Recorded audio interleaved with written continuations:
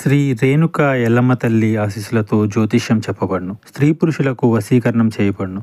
జరిగింది, జరుగుతుంది, జరగబోయేది జ్యోతిష్యం చెప్పబడును.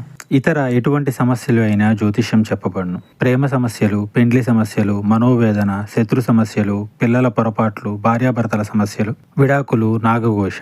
ఫోన్ ద్వారానే జ్యోతిష్యం చెప్పబడును. గురూజీ శ్రీమన్నారాయణ 9347032026. వృషభ రాశి జాతకులు, మీ ఇంటికి శాపం తగిలింది. మీరు వింటుంది వాస్తవమే, ఇదే జరుగుతుంది. ముఖ్యంగా ఆగస్టు మాసంలో 8వ తేదీన శుక్రవారం తిథి నాడు ఈ రాశి జాతకులు కొన్ని రకాల జాగ్రత్తలతో పాటుగా ఈ దేవత ఆరాధన, ఈ యొక్క పరిహారాన్ని పాటించడం చాలా ముఖ్యం. ముందుగా ఈ వీడియో చూడండి, పూర్తిగా చూడండి. వీడియో నచ్చితే తప్పకుండా ఒక చిన్న లైక్ చేయండి. మీ లైక్ మాకు ఎంతో సపోర్టింగ్ గా ఉంటుంది. ఇక ఆలస్యం వద్దండి, వీడియోలోకి వచ్చేద్దాం. మానవ జీవితంలో ఆటుపోట్లు సహజమే. ఈ రోజున మీ ఇంట్లో ఈ ఘోరం జరగడానికి కారణం మీ యొక్క గ్రహస్థితి.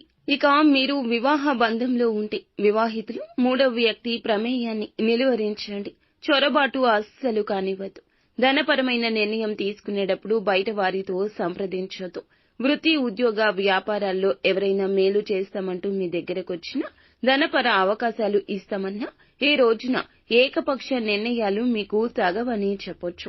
కుటుంబ సభ్యుల యొక్క మాట మాత్రం తప్పక పరిగణలోకి తీసుకోవాల్సిందే. భార్యాభర్తల మధ్య తగిన సమయాన్ని కేటాయించుకోండి. ఏదో ఒక పని వారితో పాటుగా వారు ఇంప్రెస్ అయ్యేలాగా చేయండి. కొత్త సమస్యలు తీసుకురావద్దు. పాత సమస్యల పరిష్కారం దిశగా అడుగులు వేయండి. వివాహ సంబంధంలో సమస్య అనిపించినా ఒంటరిగా మౌనంగా ఉండండి. మీరు సమస్యను ఎదుర్కోవాలి. సమస్య గురించి ఆలోచిస్తూ బాధపడవద్దు. సమస్య ఎక్కడ ప్రాణం పోసుకుంది, ఎవరి వల్ల ఈ సమస్య వచ్చింది, ఎందుకు వచ్చింది, ఈ సమస్యకు పరిష్కారం ఎక్కడ దొరుకుతుంది, ఇలా మీ సమస్యల గురించి ఈ రోజు కాస్తంతసేపు ఆలోచించండి. జీవనం ఎలా ఉండాలి అంటే పరుగులు పెడుతూ ఉండకూడదండి. ఒక్కసారి అయినా ఆగి ఆలోచిస్తే తప్పు ఏమిటి, ఒప్పు ఏమిటి తెలుస్తుంది. మనుషులన్నాక తప్పులు చేస్తూ ఉంటారు పరిపాటి.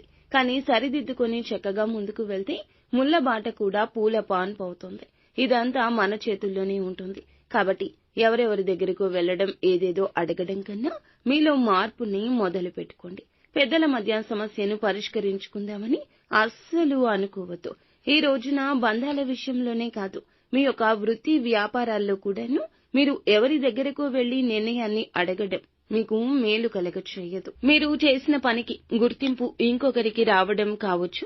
ఉద్యోగపరంగా మిమ్మల్ని నెగటివ్ చేసేందుకు ఒక వ్యక్తి ఈ రోజు ప్రయత్నిస్తూ ఉండొచ్చు. కానీ వారితో అప్రమత్తంగా ఉండడమే మీకు మంచిది. ప్రేమగా ఏ అనుమానం రాకుండా వారు నటిస్తున్నారండి. అటువంటి వారి విషయంలో జాగ్రత్త.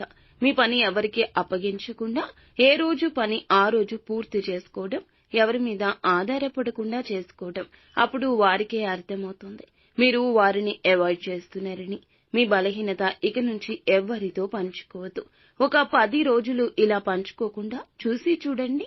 అప్పుడు శత్రువులు ఎవరు, వారికి మీరు అవకాశం ఇవ్వకుండా ఉండి ఇలా పంచుకోకుండా ఉంటే నష్టం జరగకుండా ఉంటుంది. ఈ రోజున ఆకస్మికంగా ధనం మీ చెంతకు చేరొచ్చు. ఖర్చు చేయాలి అనుకున్న ధనం కూడా ఖర్చు అవ్వకుండా పోగుబాటు పడవచ్చు. స్థిరాస్తుల రూపంలో ఈ రోజున కొన్ని మెలికలు ఉంటాయి. నిర్ణయాలు తీసుకునేటప్పుడు జాగ్రత్త. ఒక వ్యక్తి మీకు ఈ రోజున చెడు చేస్తున్నామని చెప్పాం కదండి, వారు మూడవ వ్యక్తి. బంధువుల్లో ఉండొచ్చు, స్నేహితుల్లో ఉండొచ్చు. వారి మాట తీరు మీకు అర్థం కాకపోయినా వారు మీతో చెప్పే మాటలను ఆలోచిస్తే మీకే బోధపడుతుంది. నిత్యం శివారాధన తప్పనిసరిగా చేసుకోండి. అంతా మంచి జరుగుతుంది.